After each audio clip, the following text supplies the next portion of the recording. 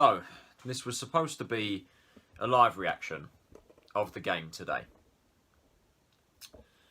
And after reviewing the footage, I just look and sound so miserable. And I don't really want to post it because it would be too boring to watch. And so instead, you get in this. What the fuck was that? Hull City, 3 losses on the bounce.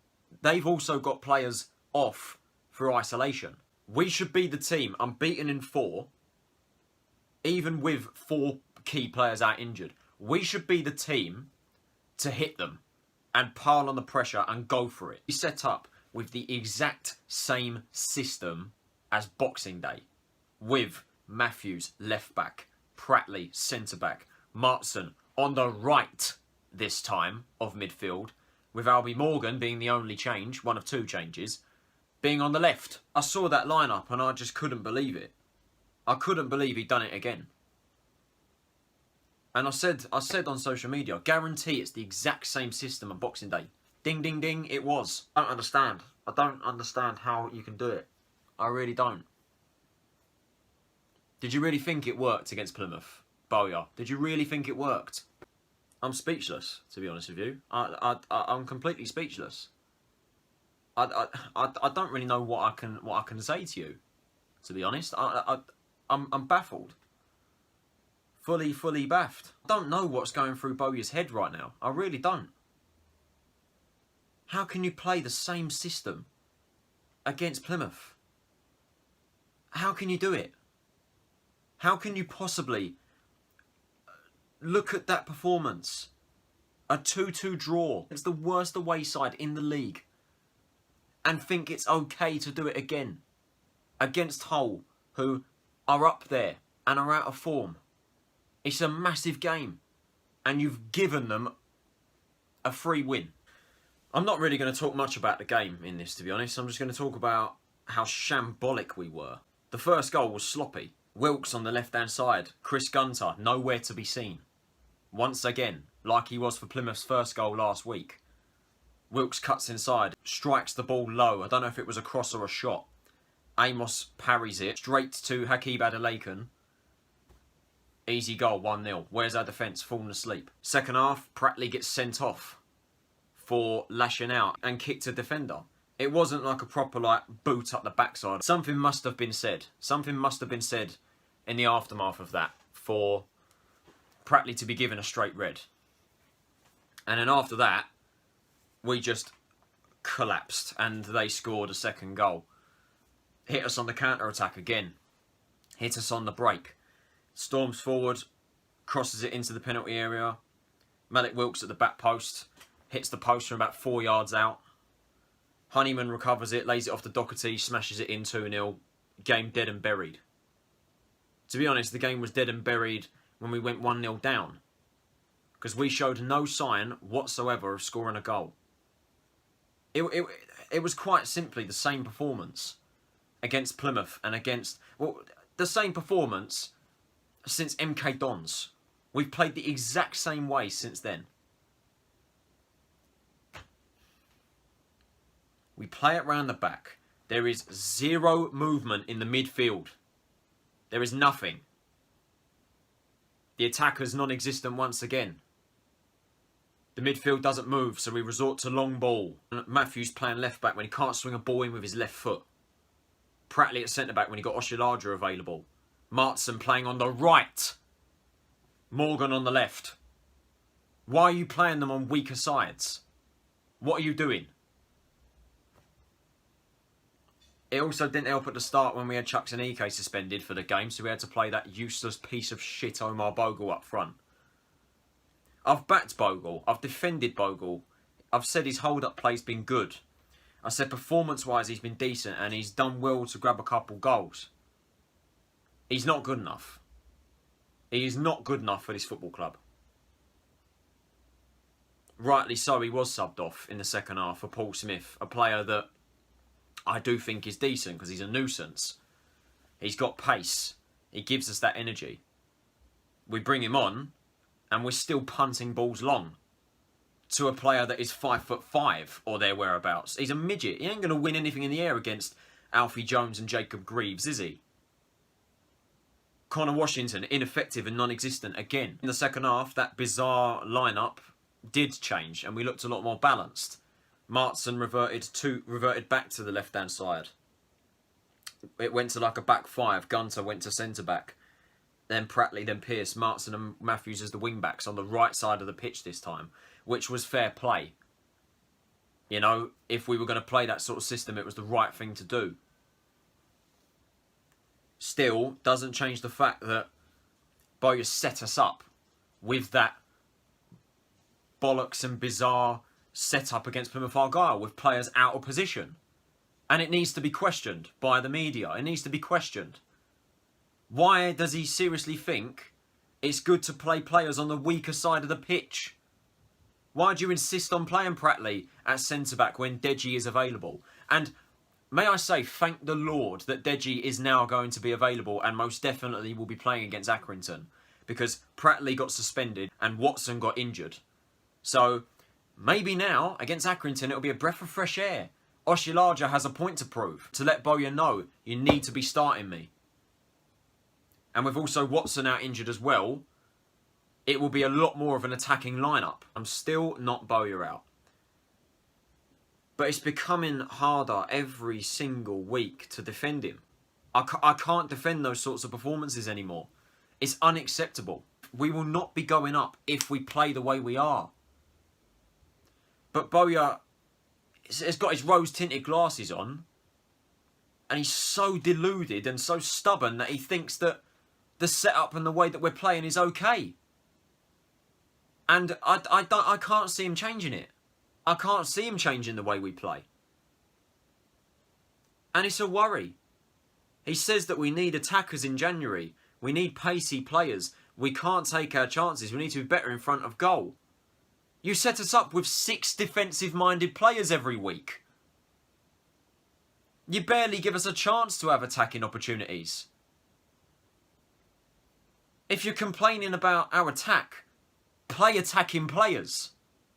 Why is Maddison and Williams on the bench? Why? It's getting to the point where I can't defend him much longer. I was sitting there saying he needs to be given to the end of the season. I'm now thinking, sod that, he's got January. And in his defence in this kind of situation, we can't really do a lot in January. Because we're under this sodding wage cap. So we can't do an awful lot. So ultimately it boils down to your tactics.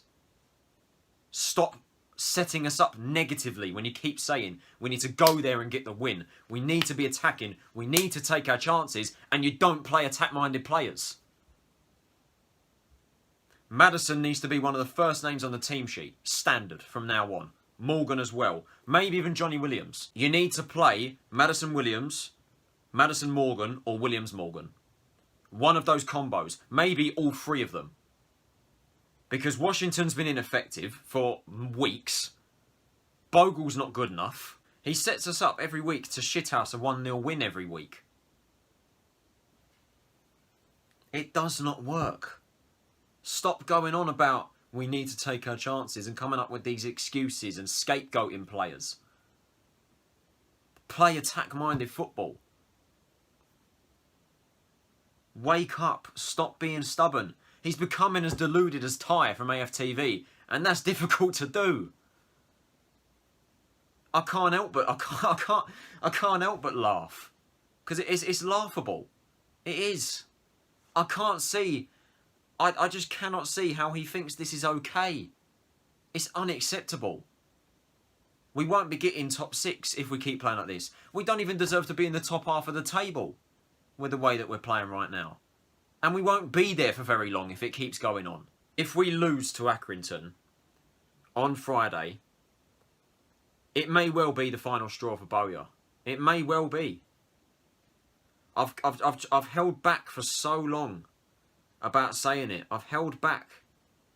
I've defended Bowyer. I've defended him because I just didn't. I don't think that now is the time to sack a manager. The fact is, he just doesn't change anything. Maybe he's got it from Karl Robinson, who was the same thing. Karl Robinson consistently played 4-2-3-1 with McGuinness up front, who was dog shit.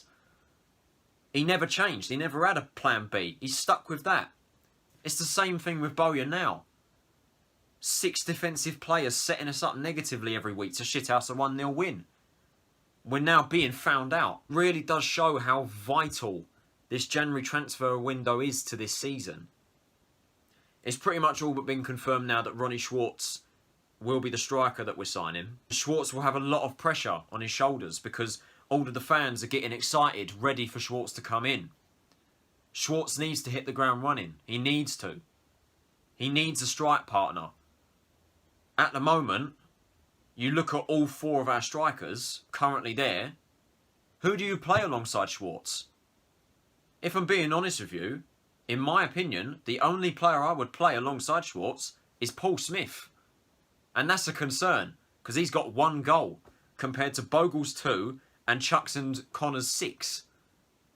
Washington, as I say, has been ineffective. Anike is an impact player. When he starts, he offers us nothing. And as for Omar Bogle, I say get rid. And I know the perfect replacement. And that's Josh Davison. I didn't actually realise this until today, but Davison's loan from Woking expires this month. Keep him. He's killed it at non-league level. He's absolutely killed it. And when he has played in a Charlton shirt, he's put in 110%, and he will put in 110%. Davison is 4 times the better player than Bogle. I say, bin off Bogle. Davison comes back, keep Josh. Keep him. And let's see what he can do.